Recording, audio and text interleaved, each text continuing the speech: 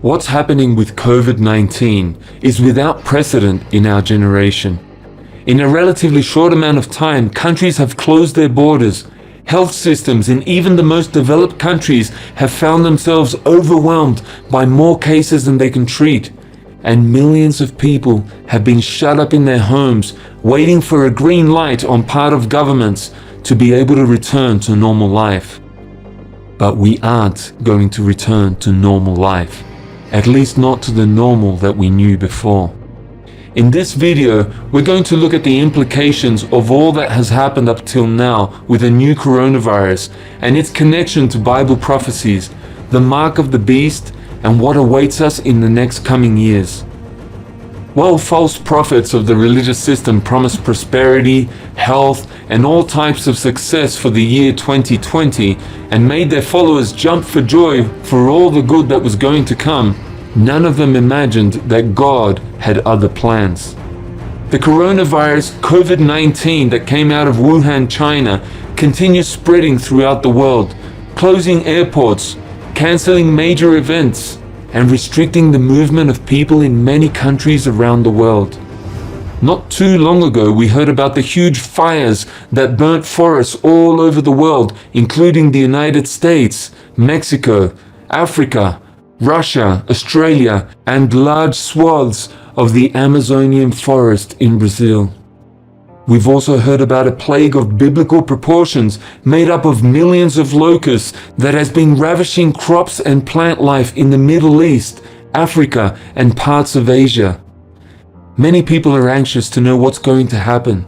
Many are asking if we are already in the last days, if the apocalyptic trumpets have sounded, if the 4 horsemen of the apocalypse have been released, if the great tribulation is about to start, and if that means that the rapture could occur at any moment. In order to respond to these questions, we have to start with Jesus. He already gave us serious warnings about the end times. In the chapters of Matthew 24, Mark 13, and Luke 21, we hear what Jesus says is going to happen during the last generation before his return. This includes the following: wars and rumors of wars, nation rising against nation, famines, pestilences, serious strife, big earthquakes in many places, terror and great signs in the skies, false prophets that perform lying signs and wonders, false Christs, which could refer to people claiming to be Christ's return in the flesh, or even the many who claim to be anointed by God, persecution of Christians, Jesus' gospel preached in all the world, and the abomination of desolation spoken of by the prophet Daniel that marks the beginning of the Great Tribulation. Given that Jesus said that all these things will happen in the course of one generation, it isn't necessary that they happen simultaneously. Each event could even be years apart from one another, and when we observe each of these signs, it is evident that this current generation fulfills almost all of these requirements. So we have to take seriously the warning given by Jesus about the times in which we live, and to be praying and watching as the worst is still to come. At the same time, we shouldn't rush to presume that the end of the world as we know it will occur immediately, since there are other events that are still remaining to happen. It's very important to understand this concept of the end times, because what is needed to survive spiritually is patience, perseverance, and faithfulness.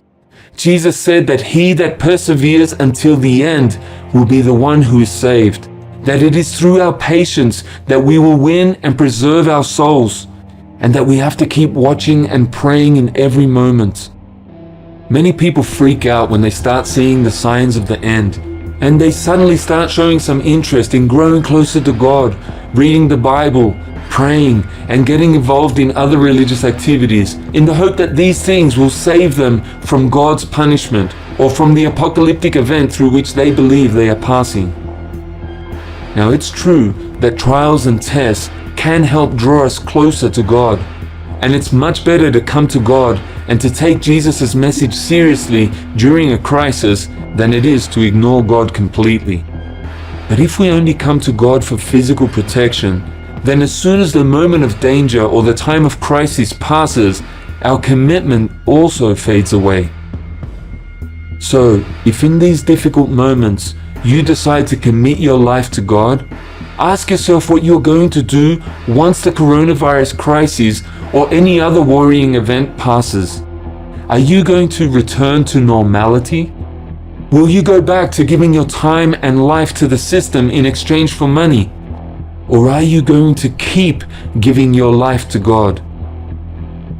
Some people are saying that the coronavirus was prophesied in the book of Revelation, and that it is in fact the first of the 4 horsemen described in Revelation 6, because it says that the rider of the white horse wears a crown, which in Latin is corona.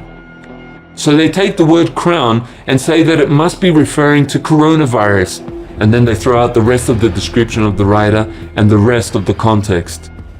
This is the same type of reasoning that has been used to announce the end of the world for many events in the past, including prophecies in other books.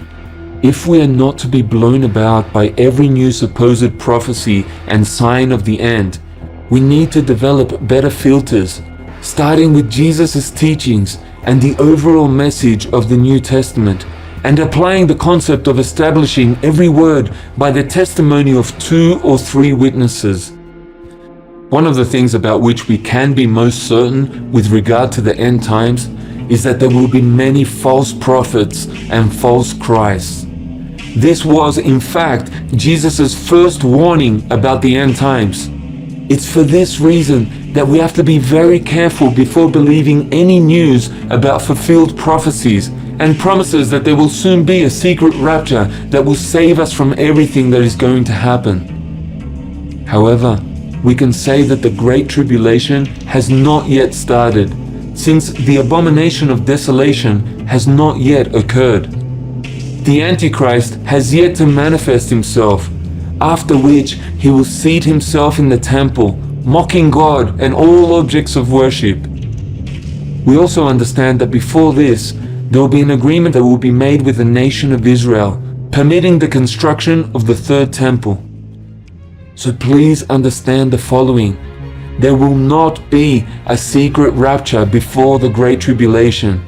It is a false hope. Jesus is clear that he will come back for his chosen ones after we have gone through the Great Tribulation. Don't believe anyone that offers you an easy way out, or that tries to convince you that Jesus has already returned secretly and wants you to be part of some new religious organization on the basis of their false Christ. But we are definitely in significant times.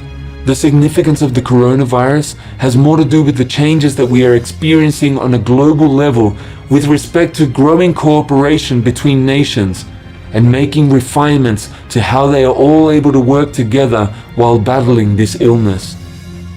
China, where the virus came from, is apparently showing that a totalitarian style of government is much more efficient and effective for resolving drastic problems than democratic countries like Italy, Spain, and the United States, where the virus is causing great problems and will end up infecting many more people than were infected in China. It may be that China is covering up the real figures, but it has definitely instilled in people's minds that their authoritarian approach is the right one. And as a result, we have seen many countries follow suit. Perhaps what will be most affected by all these measures that are being taken to prevent the rapid spread of the virus is the global economy. The entire system is based on production and consumption. Due to this current slump in production, people have less possibilities to generate an income in order to be able to buy more things, and thus lubricate the wheels of the machine. China has apparently been able to manage the situation, and its economy has not suffered so much as a result. Now that the United States is exploding with coronavirus cases, it has to look at how its economy will be affected in the long run. And it may be that China comes back from this even stronger and continues growing in power and overtakes the United States.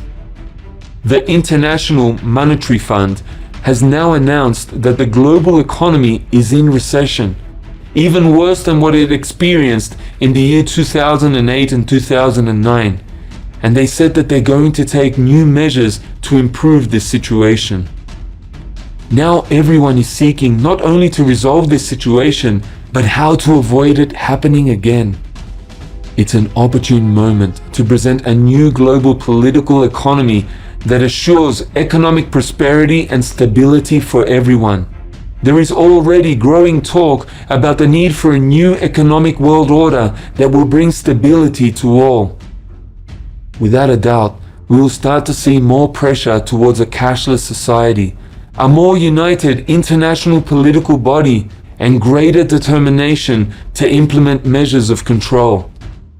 Artificial intelligence, a database of biometric identification for all the citizens of the world, and the use of RFID microchips will play significant roles in this new post-coronavirus world that is soon coming. On the other side of the coin, the religious hypocrisy and stupidity which is so clearly manifesting at this time will continue to lead to a general disdain towards everything related to God, until the Antichrist himself can finally mock all that represents faith and worship, sitting himself in the temple and making himself pass as God, demanding that everyone abandon their superstitious beliefs of the past and recognize only him and artificial intelligence as the only objects worthy of worship. We are in very significant times. Now is the moment to take Jesus' message seriously, to draw closer to God, and to learn to listen to and obey Him. But it has to be a commitment for life. It will serve us nothing to draw close to God now out of fear of the virus, only to abandon our commitment to Him when the social distancing restrictions are removed. A vaccine is available, and the world continues to eat, drink, marry, buy, sell, and build like before, all in service to materialism.